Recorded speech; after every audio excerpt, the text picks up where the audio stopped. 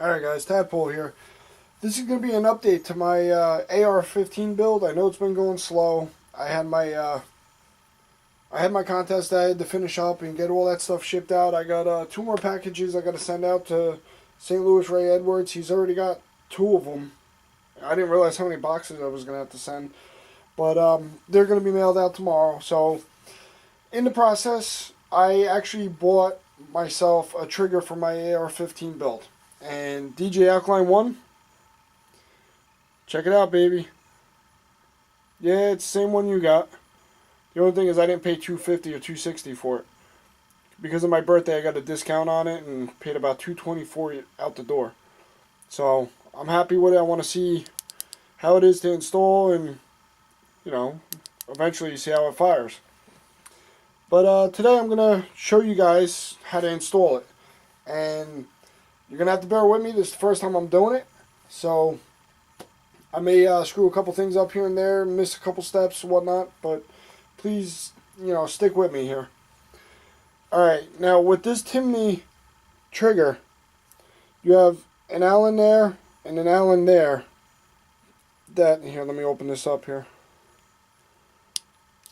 I don't want it to fling open. Give me something to point with here. Down there is an Allen screw, and down there is an Allen screw, right underneath these springs here.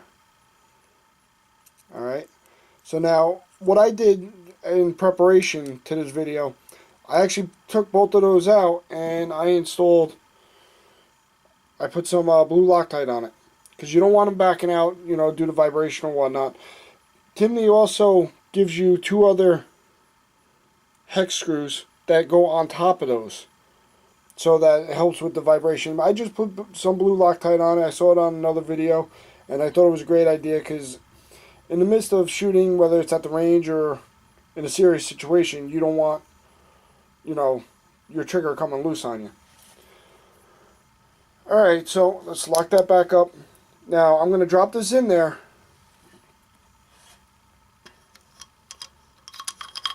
Going to drop it in, and I'm going to drop the safety selector back in. Like so. Alright. Now with the hammer still locked back, I'm going to drop my pins in. Try and line those up. There's 1.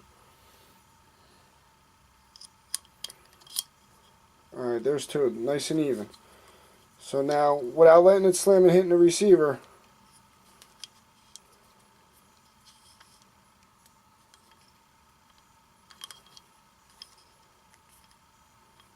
you want to try, there it is. You want to release the hammer.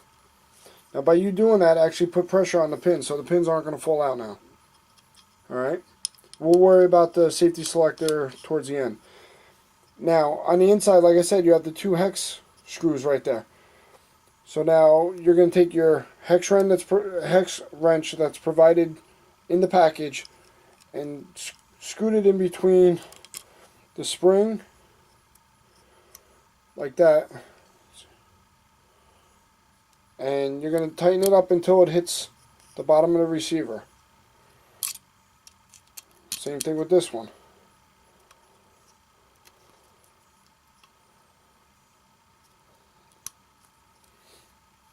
Now once you feel it hit the receiver on both of them, just give it a little extra snug.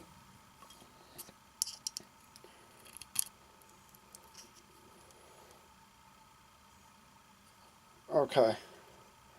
Those are tight, and don't forget I put the blue Loctite on them, so that'll help prevent it from vibrating out.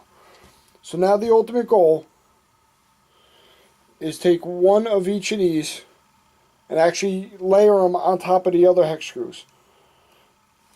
These are going to also help prevent from vibration, those popping out. Now I watched a guy do it on YouTube. He took something in this nature and he lifted up the spring and crisscrossed them. So give me a second, let me do this and I'll show it to you. It took a little finagling, But I crisscrossed them so they're both out of the way. It's not going to hurt the spring. You know, it's only for a couple minutes. So now what I'm going to do,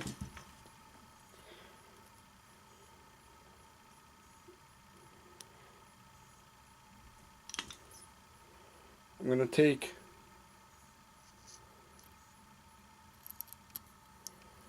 that hex screw and put it down there on top of the other one.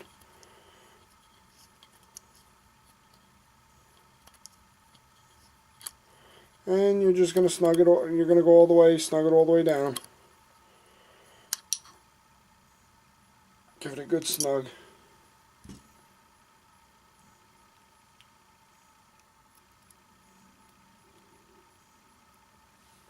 There's my second one.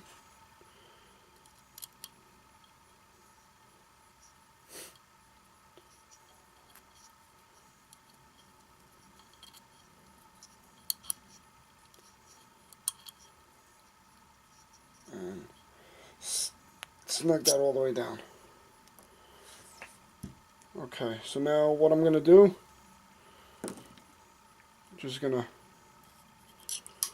pop these springs up and over.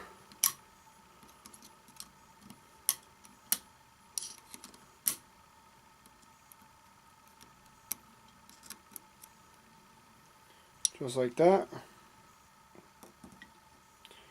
And I'm just going to make sure they're up against the side there. Alright, so now your trigger's in. Alright.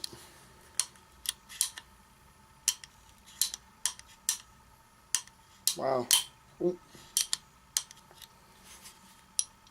Alright, so now let me get everything back together, and I might actually take my upper receiver off my other AR and fit it on here, and we'll see how everything works and how everything looks.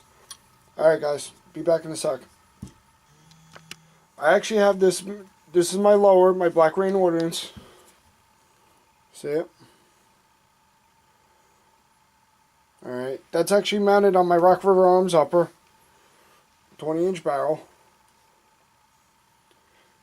And just so you guys know, here's your trigger. Holy crap, that trigger is so light, it's crazy. I can't wait. I actually did order an upper receiver on Black Friday. Got a great deal on it. I was kind of drinking a little bit when I ordered it, so it wasn't quite what I wanted. So I think I might be doing some upgrades with that. It was a mid-length, with the mid-length handguard. That's what I want, but it has the A2 front sight, which I don't want. I'm gonna end up getting rid of that. I think it was a 1-in-7 twist. So I'm gonna change that. It has the clamshell, the round handguard. I don't like that. I'm gonna end up changing that. I'm gonna change the muzzle brake, and before I can actually shoot it, I gotta take it to a range, and take it to a gun shop. I'm sorry, and have it permanently fixed. It's got to be welded on. So I can't take it out of the house as a full gun until that's done. But before I do that, I got to change the front handguard and everything. I'm going to change the front gas block, take the A2 sight off, change the gas block, and so on and so forth. Just a lot of different things I have to do to it, even though I didn't want to. I also have to get it, and that doesn't come with a charging handle, and it doesn't come with a bolt. But guys, right now, I'm really happy with this trigger. This trigger is so light and crisp. I like it. So, there's your... The one thing I did notice, though, it does make my selector switch a little tighter than it normally was. Like, you could definitely feel it's a little stiffer. It's not as free-flowing as it was. See how it stops? I mean, you physically, like, have to move it. But I guess that's something that'll wear in after a while. And the other thing I'm noticing on the upper... Let me see if I can get it better. There is a little wiggle in between the upper and the lower.